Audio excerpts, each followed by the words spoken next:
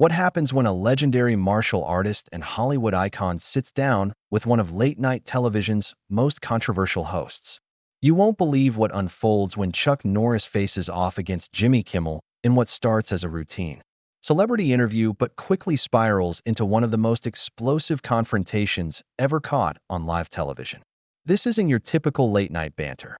This is a collision between old-school Hollywood values and modern entertainment culture that leaves everyone in the studio speechless. Before we get into this incredible story, make sure you hit that subscribe button and drop a comment below because you're not going to believe what unfolds when these two titans clash in ways nobody saw coming. The atmosphere in the Jimmy Kimmel Live studio felt different from the moment Chuck Norris walked through those iconic curtains. The 70-something action legend moved with the same quiet confidence that made him a household name decades ago. But there was something in his demeanor that suggested this wouldn't be just another promotional appearance.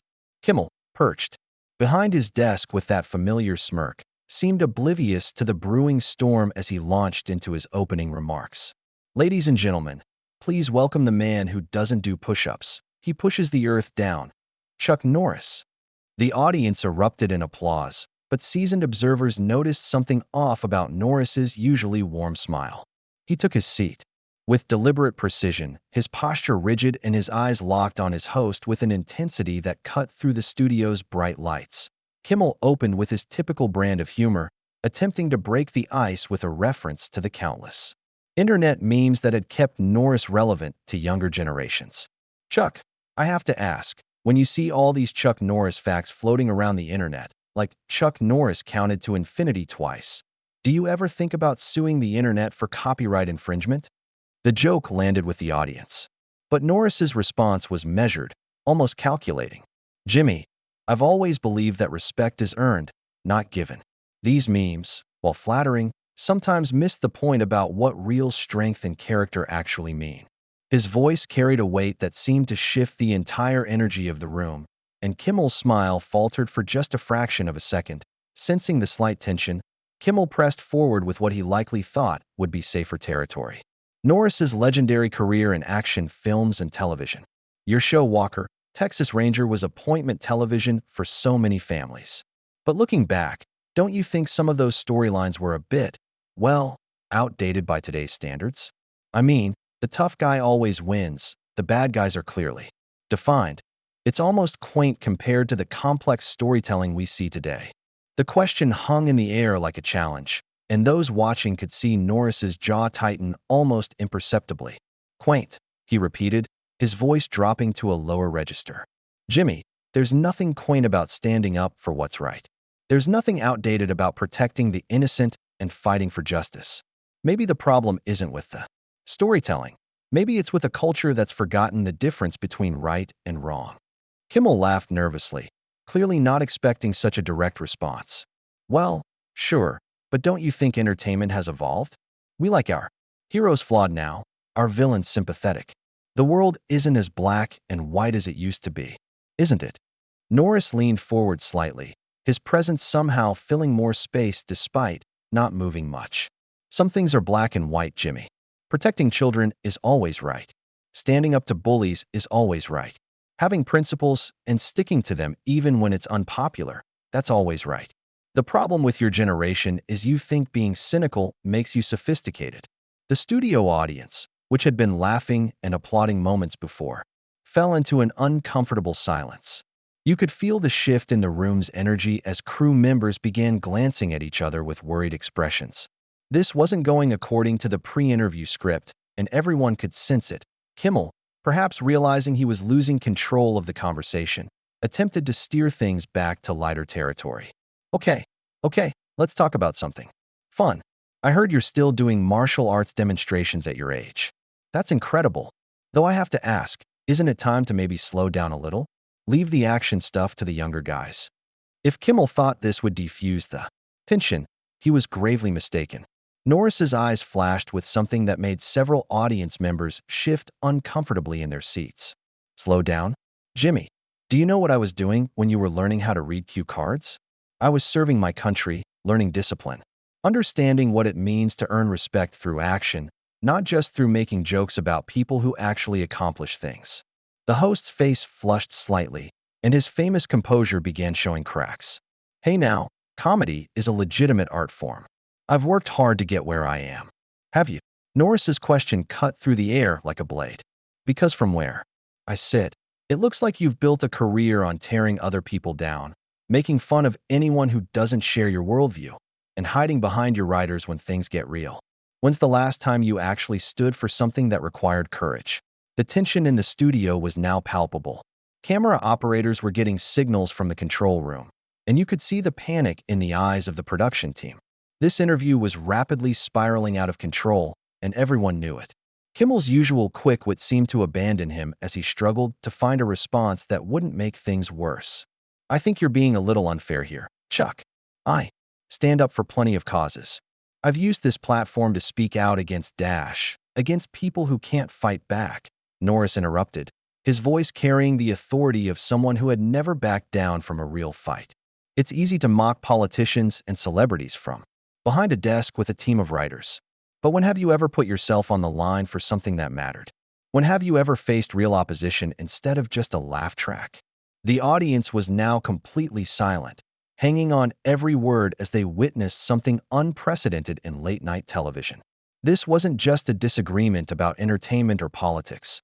This was a fundamental clash between two completely different philosophies of life, and neither man seemed willing to back down. Kimmel's face was growing redder by the moment, and his carefully constructed television persona was beginning to crack under the pressure of Norris's unwavering moral certainty.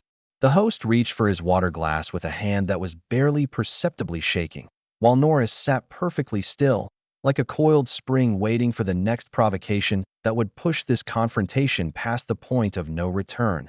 The silence stretched for what felt like an eternity before Kimmel attempted to regain control, his voice betraying the first hints of genuine anger beneath his polished facade.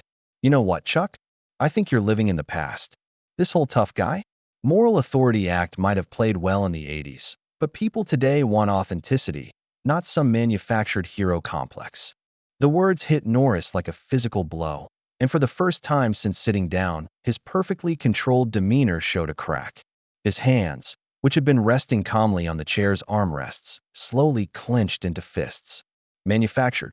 The single word carried more menace than most people could manage with an entire speech. Jimmy, do you have any idea what manufactured actually looks like? It looks like a man who's never thrown a real punch in his life telling. Someone who's dedicated his entire existence to protecting others that his values are fake. The production team was in full panic mode now. Through the glass of the control room, you could see executives frantically making phone calls and gesturing. At monitors, the director was giving increasingly desperate hand signals to try to get the interview back on track. But both men seemed completely oblivious to anything happening outside their growing bubble of hostility. Kimmel, perhaps realizing he had struck a nerve, pressed his advantage with the cruel precision of someone who had spent years perfecting the art of the verbal takedown. Come on, Chuck. Half of your movies were about you single-handedly taking down entire armies. You made a career out of selling people a fantasy that one good guy with the right moves could solve every problem. But that's not how the real world works, is it? Real problems are complicated. They require nuance, compromise, working within systems. Norris's voice dropped to barely above a whisper, but somehow it carried more authority than if he had been shouting. You mean like the system that lets bullies like you hide behind cameras and mock anyone who still believes in something greater than themselves? You want to talk about the real world, Jimmy? In the real world, when someone threatens innocent people, you don't form a committee to discuss the nuances. You stop them. Period. The audience was now completely captivated by this unexpected display of raw confrontation.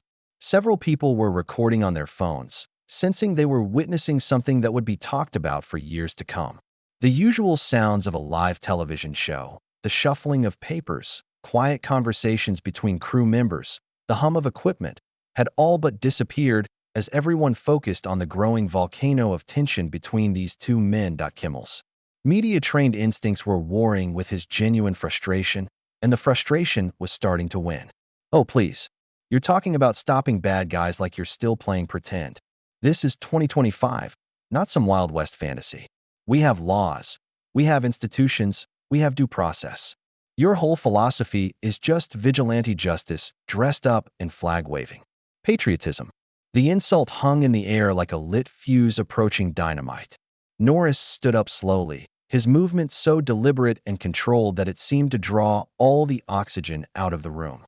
At his full height, the 70-something martial artist still commanded a presence that made the studio feel smaller, more confined. Vigilante justice? His voice carried the accumulated weight of decades of discipline and conviction. Jimmy, I spent my life learning how to protect people who couldn't protect themselves. I served my country when it was dangerous to do so. I've stood between evil and innocence more times than you've had real convictions about anything. And you're going to sit there, in your comfortable chair, surrounded by your paid audience and your scripted jokes, and lecture me about justice? Kimmel remained seated, but his body language had shifted entirely. Gone was any pretense of the casual, friendly late-night host. His shoulders were hunched forward, his jaw set in a hard line that transformed his usually affable face into something much uglier. You know what your problem is, Chuck? You can't accept that the world has moved on from your simple-minded, black and white thinking. People today understand that heroes and villains aren't real categories. Everyone's flawed, everyone has reasons for what they do, and pretending otherwise is just intellectual cowardice. Intellectual cowardice. Norris took a step closer to the desk, and several security personnel moved slightly forward from their positions along the studio walls. Let me tell you about intellectual cowardice, Jimmy. It's sitting in judgment of people who risk their lives for others while you've never risked anything more dangerous than a bad review. It's tearing down anyone who believes in absolute moral standards because accepting that good and evil exist would mean you'd have to examine your own life and find it wanting. The confrontation had now reached a fever pitch that no one in the studio had ever experienced during a taping. Kimmel's usual arsenal of deflection and humor had been completely neutralized by Norris's unwavering moral certainty, and the host was discovering that without his carefully crafted persona, he was ill-equipped for a genuine philosophical battle with someone who had spent decades living by his principles. "You're being ridiculous," Kimmel shot back, his voice rising for the first time since the interview began. "This isn't about moral standards. It's about your inability to accept that your entire worldview is outdated. The tough guy solving everything. With violence, the simple solutions to complex problems, the idea that America is always right and everyone else is wrong. It's all just nostalgia for a time that never really existed the way you remember it." That was the moment when everyone in the studio knew they had crossed a line from which there would be no return. Norris's eyes flashed with something that made even the seasoned security personnel tense up, and his voice, when it came, carried the kind of quiet fury that preceded either complete withdrawal or total war. "Jimmy," Norris said, each word measured and deliberate like bullets being loaded into a chamber, "you just made the biggest mistake of your career. You want to talk about nostalgia? Let me tell you what's nostalgic. The idea that a man can build a platform by tearing others down and never face consequences for it. You've gotten so comfortable hiding behind your desk and your writers that you've forgotten there are still people in this world who won't tolerate disrespect." The studio had become a powder keg, with every person present sensing they were about to witness something that would define both men's legacies. Kimmel, perhaps finally realizing the magnitude of what he had unleashed, tried to backpedal, but his voice lacked conviction. "Look, Chuck, I think we're both getting a little heated here. Maybe we should no." The single word from Norris cut through Kimmel's attempt at damage control like a sword through silk. "You don't get to start a fight and then call for timeout when you realize you're outmatched. You question my service to my country. You mock the values that men and women have died defending, and you did it while sitting safely in your little bubble of privilege. You want to see outdated? What's outdated is thinking you can say whatever you want without consequences." Norris moved closer to the desk, and his presence seemed to fill the entire studio. Kimmel instinctively pushed his chair back, the wheels squeaking against the studio floor in a sound that somehow made the tension even more unbearable. "You know what the difference is between us, Jimmy? When I made movies about good guys winning, I was trying to inspire people to be better than they were. When you make jokes about good guys losing, you're trying to convince people that being better is pointless. You're not just a comedian. You're a merchant of cynicism, selling people the idea that nothing matters and no one should try. The audience was completely silent now, hanging on every word of this unprecedented confrontation. Some were filming on their phones. Others sat frozen in their seats, unsure whether they should be excited or terrified by what they were witnessing. The production crew had given up any pretense of normal operations and were simply watching. The dramatic implosion of what was supposed to be a routine celebrity interview. Kimmel's face had gone from red to nearly purple, and his carefully maintained composure finally shattered completely. You self-righteous has been. You think you're some kind of moral authority because you played tough guys in B-movies? You're nothing but an aging relic who can't accept that. The world has moved past your simplistic, testosterone-fueled fantasies. Your time is over, old man. The insult echoed through the studio like a gunshot, and for a moment, the only sound was the collective intake of breath from everyone present. Norris stood perfectly still for what felt like an eternity, his eyes locked on Kimmel with an intensity that seemed to burn right through him. When he finally spoke, his voice was so quiet that the studio's sensitive microphones barely picked it up, yet somehow every person in the room heard every word with crystal clarity. "My time is over," Norris asked, and despite the softness of his voice, there was something in it that made several audience members actually lean away from the stage. "Jimmy, my time will be over when there are no more bullies who need to be stood up to, no more innocent people who need protection, and no more spoiled children masquerading as adults who think cruelty is the same thing as cleverness. Until that day comes, my time is far from over."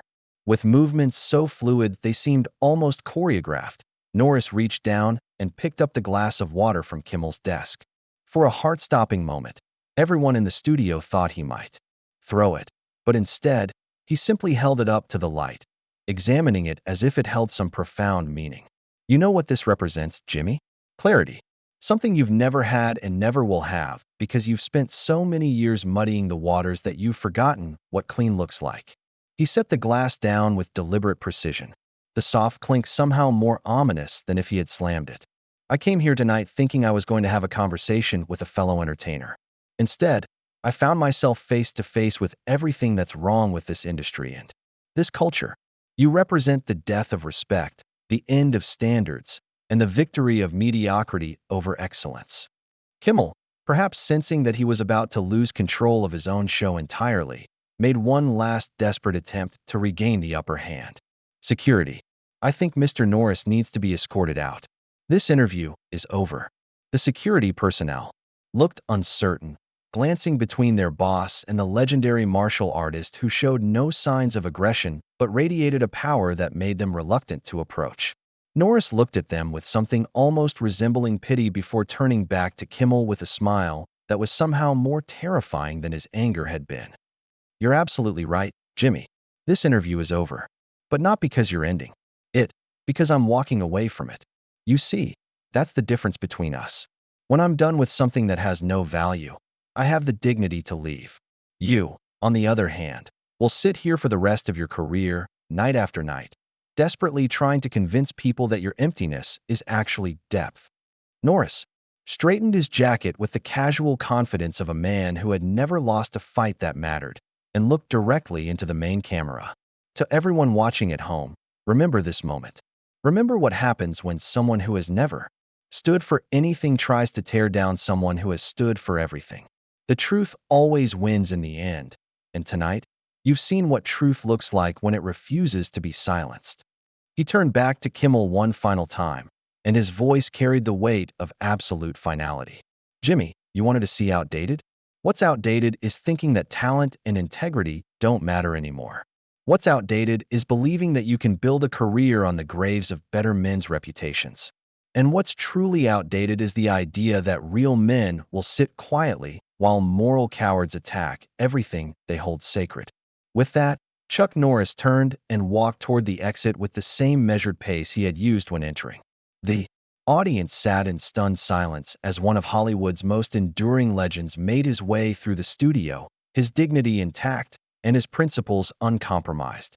Behind him, Jimmy Kimmel sat alone at his desk, his face a mask of humiliation and rage, surrounded by the wreckage of what was supposed to be a simple promotional interview. A.S. Norris reached the curtains that led backstage, he paused for just a moment and looked back at the studio full of people who had just witnessed something unprecedented in the history of late-night television.